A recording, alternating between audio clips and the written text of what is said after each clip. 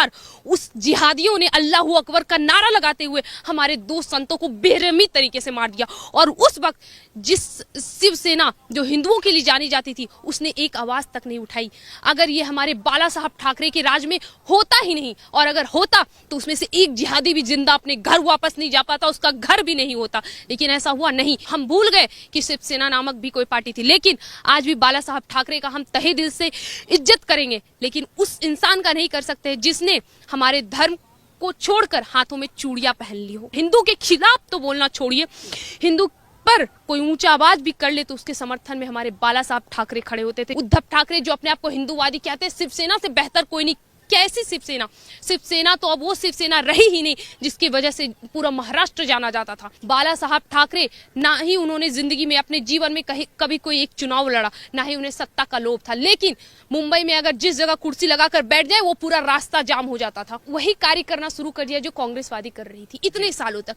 दादा के बाद बाप के बाद मैं, फिर मैं और मैं करते करते राहुल गांधी का सपना ही रह गया प्रधानमंत्री बनना। और ठीक उसी लाइन पर चले कौन? उद्धव ठाकरे जी। नमस्कार हो, लेकिन सोशल मीडिया पर वायरल वीडियो इस समय बहुत चर्चा में है।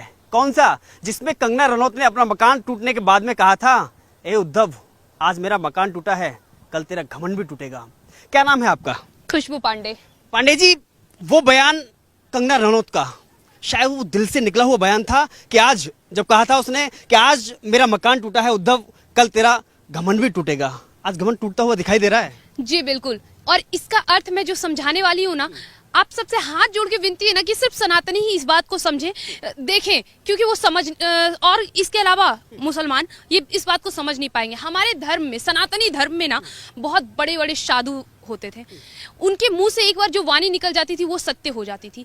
साधु साध्वी ऐसे बहुत से अभी भी हमारे देश में मौजूद है। हमारा देश तो धर्मों का देश है, और खास करके सनातनी धर्म जो कि हमेशा से, जिसका ना कोई आदि ना कोई अंत।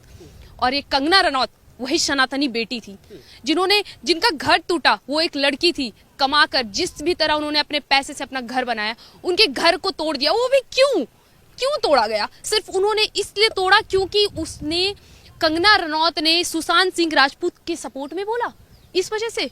या फिर आपकी सच्चाई सामने ला रही थी, इस वजह से? मतलब आप क्या कहना चाहते हैं? ये बाला साहब ठाकरे का शहर था जहां पे हिंदूवादी को, हिंदुत्व को हमेशा उच्च दर्जा दिया गया था। लेकिन आपने क्या किया? सत्ता की लालच में, उद्धव ठाकरे जी ने सत्ता की लालच में बोलूंगी जो आए हैं मुगल के पैदाइश, मैं इस देश के सभी लोगों को नहीं, लेकिन जो इस देश के हित का ना सोचकर सिर्फ सत्ता प्रेमी रहते हैं, सत्ता के लालच में रहते हैं, और हमारे देश में हमारे ही धर्म, हमारे सनातनी धर्म को कुरेदने की कोशिश करते हैं, मैं सिर्फ उन्हें बोलूंगी। सुनिए अब हमारी बात। कंगना रनौत ने तो कह दिया था, आज हमारा मकान टूटा है, कल तुम्हारा घमंड टूटेगा, और ये बात सत्य है। ये बात आज सत्य साबित हुई। वो शिवसेना जिसको महाराष्ट्र से हटाना मुमकिन नहीं, नामुमकिन था, बाला साहब ठाकरे जी ने सीधा ऐलान करा था। उनको जब धमकी आई थी, आपको याद होगा, केदारनाथ चढ़ने वाले जो भी यात्री हैं, एक बात कान खोलकर सुन ले, आतंकवादी संगठन ने धमकियां दी थी, कान खोलकर सुन ले, अगर कोई यहाँ पे आया तो अपनी मौत का जिम्मेदार वो खुद होगा। तो हमारे इसके उत्तर में आपको याद है बाला साहब ठाकरे जी ने क्या कहा था कि तुम्हारे मक्का मदीना जाने वाले भी यात्री यहीं से आते हैं, औकात है तो तुम यहाँ से भेज के देख लेना। वो था हमारा देश, वो था हमारा महाराष्ट्र, जहाँ पे हिंदुत्व की बात होती थी। और हिंदू के खिलाफ तो बोलना छोड़िए, हिंदू पर कोई ऊंचा आवाज भी कर ले तो उसके समर्थन में हमारे बाला साहब ठाकरे खड़े होते थे। चाहे वो कोई भी मामला हो, चाहे वो बाबरी का मामला हो, चाहे वो कोई भी मामला हो, हिंदुत्व से रिलेटेड, मुसलमान से रिलेटेड, वो हमेशा एक तरफा काम करते थे हिंदूवादी। और क्यों ना हो, इस देश में अलग अलग जगह पे आपको मदरसे मिलेंगे, ईदगाह मिलेंगे, मस्जिद मिलेंगी, और तो और हर जगह पे आप अपना मदरसा खोल के अपने धर्म के बारे में जानकारी दे सकते हैं, सब कुछ। अगर हमारे धर्म के बारे में कोई एक तरफा बात करता है तो आप उसे ये क्यों कहते हैं कि ये कट्टरवादी है, ये इसकी वजह से हमारा देश नाश हो जाएगा, इसकी वजह से हमारा देश जल जाएगा, क्यों कहते हैं? ये मुसलमान जो अपने आप को अल्पसंख्यक कहते हैं और आए दिन हमारे देश को जलाते हैं, इनके बात में कोई क्यों नहीं कहता? और ये कंगना रनौत हमेशा इन्होंने सनातनियों की आवाज उठाई है, और सुशांत सिंह राजपूत के समय भी उन्होंने वही किया कि भाई सच्चाई देखो। और सुशांत सिंह राजपूत का क्या केस है वो तो सबको जानते हैं, उसमें कितनी सच्चाई और किसका हाथ पैर और शरीर मिला हुआ है वो सबको वाकिफ है इस बात से। और कंगना रनौत ने जो बात कही थी वो आज 100% सही हो गई है। एक सनातनी स्त्री के दिल से निकला हुआ बात आज उनके लिए वाकई में एक श्राप बन गया, और वो श्राप इस तरह सिद्ध हुई कि जिस कुर्सी, जिस सत्ता की लालच में उन्होंने अपने हिंदुत्व धर्म को छोड़ा, आज वही हिंदुत्व धर्म अगर उनका सपोर्ट ना करे तो वो आज इतने नीचे गिर जाएंगे, इतने जमीन पर आ जाएंगे कि दोबारा उनका उठना एक सपना बन जाएगा।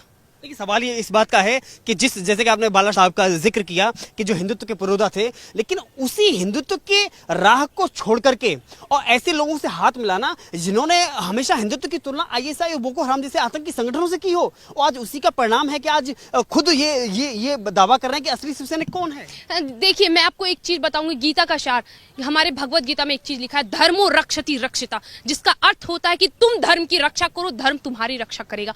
बाला साहब ठाकरे ने इतने दिनों तक हमारे धर्म की रक्षा की है, आज हमें ये कहने की नौबत हो गई है कि हमारा ये देश सनातनियों का देश, यहाँ पे हमें अपने धर्म की, अपने शस्त्र की, अपने शास्त्र की, सब चीज की रक्षा स्वयं करनी पड़ रही है। अगर हम रक्षा ना करें तो इसे कुरेद दिया जाएगा, मचोड़ के फेंक दिया जाएगा, और हम भूल जाएंगे कि हमारे देश, हमारे विश्व में सनातनी नाम के कोई चीज थे। ये इस्लामिक जिहादियों की वजह से और ये सत्ता प्रेमी इंसानों की वजह से, ये उद्धव ठाकरे जो अपने आप को हिंदूवादी कहते हैं, शिवसेना से बेहतर कोई नहीं। कैसी शिवसेना? शिवसेना तो अब वो शिवसेना रही ही नहीं जिसकी वजह से पूरा महाराष्ट्र जाना जाता था। वो बाला साहब रहे ही नहीं। बाला साहब ठाकरे, ना ही उन्होंने जिंदगी में, अपने जीवन में कभी कोई एक चुनाव लड़ा, ना ही उन्हें सत्ता का लोभ था। लेकिन मुंबई में अगर जिस जगह कुर्सी लगाकर बैठ जाए वो पूरा रास्ता जाम हो जाता था। उसको कहते हैं, जब उनकी मृत्यु हुई 21 तोपों की सलामी दी गई। क्यों दी गई? वो डिजर्व करते थे। हमारे हिंदूवादी के लिए, हमें, हमारे हिंदुत्व के लिए जो इंसान खड़ा होगा, जो इंसान अपनी जान देगा, उसका देश सम्मान करेगा, हमेशा सम्मान करेगा, और उसे ये देश नहीं भूल सकता। लेकिन जो इस देश में अपनी राजनीतिक रोटियां सेकने के लिए सत्ता प्रेमी बन जाएंगे और इस तरह हमारे धर्म को कुचलेंगे, उनका कभी इस देश में चलन नहीं हो पाएगा। वो गिरते चले जाएंगे, गिरते। हाँ, तनिक देर लगेगी उन्हें अपनी औकात समझने में। औकात समझने में देर लग सकती है। देखिए, तनिक समय लगेगी। कहते देर है, अंधेर नहीं है।